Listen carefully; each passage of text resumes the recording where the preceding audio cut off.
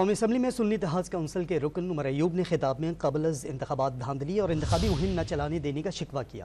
انہوں نے کہا پنجاب اور کے پی میں 10,000 کارکن گرفتار کیے گئے، دونوں صوبوں کے نگراں حکمرانوں پر آرٹیکل 6 لگنا چاہیے۔ انہوں نے بانی پی ٹی آئی پر حملے کا ذمہ دار شہباز شریف کو قرار دیا۔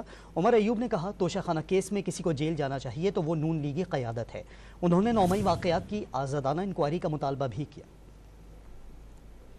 10,000 لوگ 5,000 ان سے پنجاب میں اریسٹ ہوئے، تقریباً 5,000 کے پی میں اریسٹ ہوئے، اور دونوں حکومتیں انلیگل، ان کا مدت میعاد ختم۔ ایک ایک چیز جو انہوں نے وہاں پہ ایکشن لیا ہے آرٹیکل 6 ان پہ لگنا چاہیے۔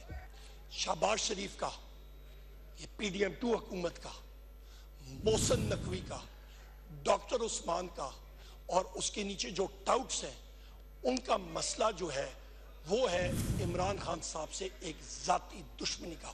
اور 3 نومبر کے بھی جو انسیڈنٹ ہوا تھا اس کا رسپانسبل کون؟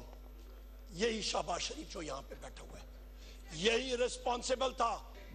توشہ خانہ کیس پہ یا سینٹینس ہوتا ہے اور جیل جانا پڑتا ہے تو پھر وہ لیڈرشپ یہاں کی جانی چاہیے۔